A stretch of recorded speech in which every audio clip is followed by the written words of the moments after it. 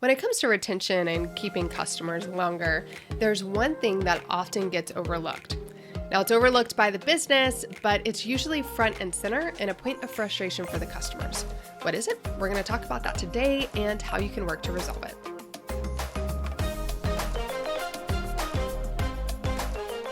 I have a subscription service that I've loved for many years. In fact, from the beginning of that subscription service.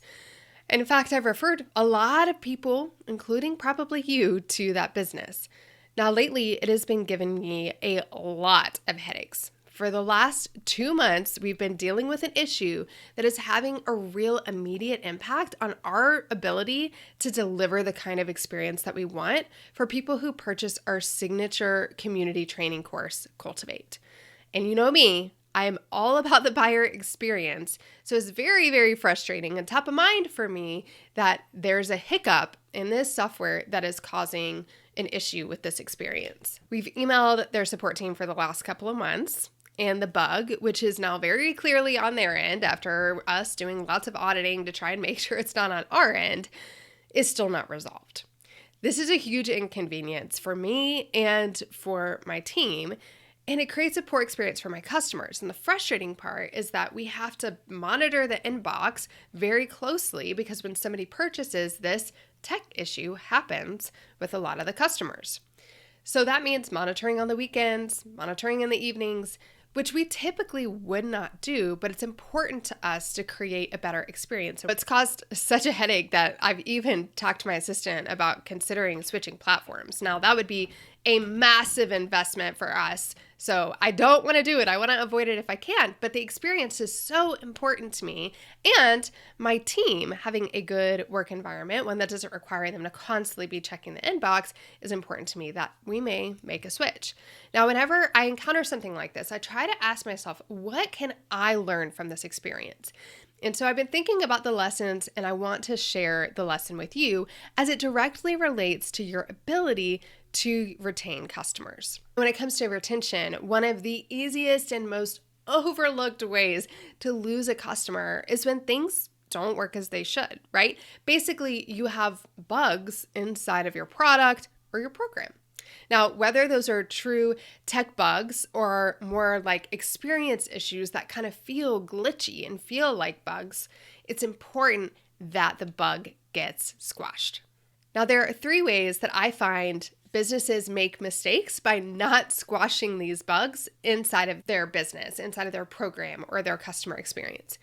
And the first one is pretty simple. They simply aren't aware that there is one.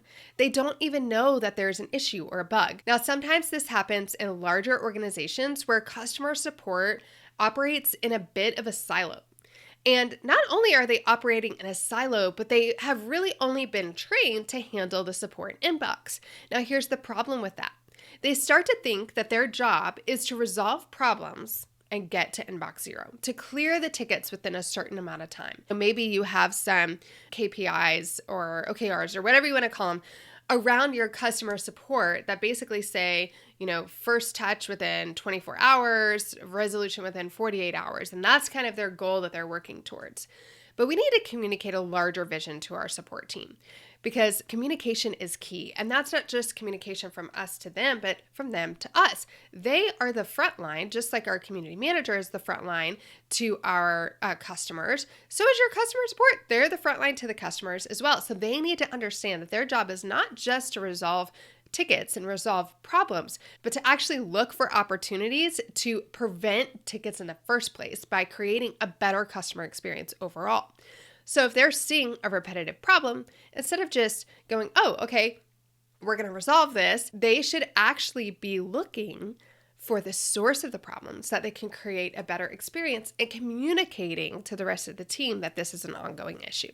So that would help bring awareness to the fact that there is a problem, which often gets overlooked. Now, the second mistake I see businesses make around bugs inside of their system is they think that squashing the bug is having a solution or a fix for when it happens. So here's this problem. Do we have a solution to resolve it? And we can automate that. We can turn it into a macro or basically a canned response that our customer support uses, but we know how to fix it. We know how to help people fix it. Although a quick resolution to a problem is very helpful and it can improve the experience and keep it from becoming something that becomes very painful for our customers, do you know what's more helpful? Not having the problem in the first place, right? Never having that problem in the first place. That's the better experience for our customer. So we don't just need to work on solutions. We need to work on finding the root of the problem and resolving it. So this is kind of where we are in our business right now. We know what the problem is. We know when it happens, we know why it happens, and we have a solution to resolve it. So when we can go in and fix it before the customer actually experiences the issue. But oftentimes our customers want to get into the program right away and they can't. And that's the problem, right? But we know how to fix it. We know how to resolve it. But that still creates a poor experience for our customers because they still experience the bug on their end. And then they have to notify us that there is a bug. And then we have to tell them, oh, we're going to resolve it. And then we fix it. Now, they don't have to do anything. So that is the nice part about this. It's not anything that they actually have to do. But just having that experience it creates friction. And we don't want any friction, especially when people are trying to dive into a program that they just bought. So first, you don't know it's a problem at all. Second, you just think about, oh, we have a solution for this problem. And then the third is when it's just completely out of your control, when the bug is something that you have no control over. This is the situation that I am currently in, and it is not a fun one. I cannot fix the issue. We've tried everything we can on our end to come up with new solutions. We have a workaround for when it happens. We are able to resolve it quickly. We have done all of those things. We've followed this process of awareness that there is a bug, creating a solution for the bug, but we can't get to the root of the problem. We can't actually solve it because it's not on our side. It is on the software side, the subscription software that we use. We are at the mercy of that provider. Now, oftentimes, some business owners will just kind of go, okay, this is just what it is. Like, there's this issue. We're not going to be able to resolve it. But we do have options. The first option is to apply kind but firm pressure to the provider. And that's kind of where we are. I am constantly following up. I'm making sure that they are very aware of how this is impacting my business negatively and asking for a resolution. I keep being told that we are on the docket for a resolution, but all that to say, I will continue to apply kind but firm pressure, and that pressure gets more firm as we get closer to having to make a decision as to whether to change providers, which is really your second option. Although we often feel trapped by providers of different software and services, what I have found is that there are plenty of opportunities to move to a different program. Now, you do have to weigh the return on investment. You do have to weigh the output of time and energy and dollars to get a switch. Some switches are a lot bigger and more cumbersome than others, but you do have the option of actually switching providers. Now, I would never switch providers without letting my current provider know that I am going to be switching softwares because this bug is not resolved. And again, that's sort of my end of the pressure comes when I'm like, okay, we are going to make a switch because this has not been resolved. But I hope it doesn't come to that, right? So here's kind of what I want you to think about though, is are there bugs in my program right now? Is it cumbersome for somebody, for example, mark a video as complete? Something like that can be frustrating. Is it cumbersome for them to get access or to download or make a copy of something or to get logged into the community forum? What aspect of the customer experience is glitchy, isn't smooth, has friction? Can we identify what those things are? Have a conversation with your customer support. Have a conversation with your community manager and ask them about those questions or those frustrations or those tech issues or glitches or problems, or we're constantly telling people how to do X, Y, Z. What are those things? And can we work as a team to not just come up with a really great solution, but to actually find the source of the problem to resolve it for good and prevent it from happening?